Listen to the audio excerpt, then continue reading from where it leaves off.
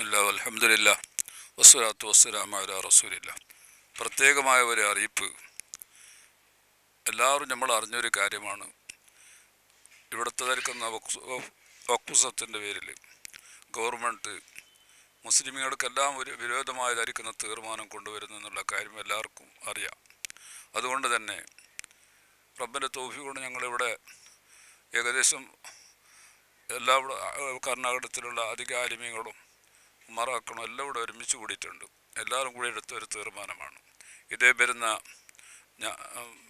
March 9-ാം തീയതി 10 മണിക്ക് മംഗലാപുരത്ത് വെച്ചിട്ട് എല്ലാ മഹല്ലത്തിൽ പള്ളിയുടെ ഉസ്താദന്മാരും വലിയ സംഘമായിട്ട് ഗവൺമെൻറ്റിലേക്ക് കാണിച്ചു കൊടുക്കണം.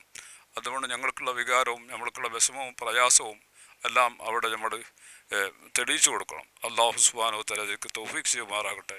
ഈ വിഷയത്തിൽ ആരും ഉദാസീനക്കാരായി പോകണ്ട. ഇത് വെറുതെ അനാവശ്യമായ ഒരു വിഷയമായിട്ട് കണക്കാക്കണ്ട. റമദാൻ മാസമാണ്, അതായതോടുകൂടി പ്രയാസമുണ്ട് വരുന്ന വിഷയത്തിൽ.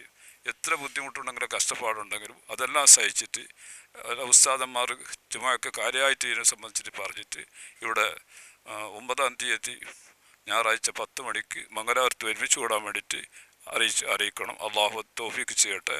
ആ പരിപാടി പരിപൂർണ്ണ അള്ളാഹു വിജയത്തിലാക്കി തരുമാറാകട്ടെ. അസ്സലാമു അലൈക്കും വറഹ്മത്തുള്ളാഹി.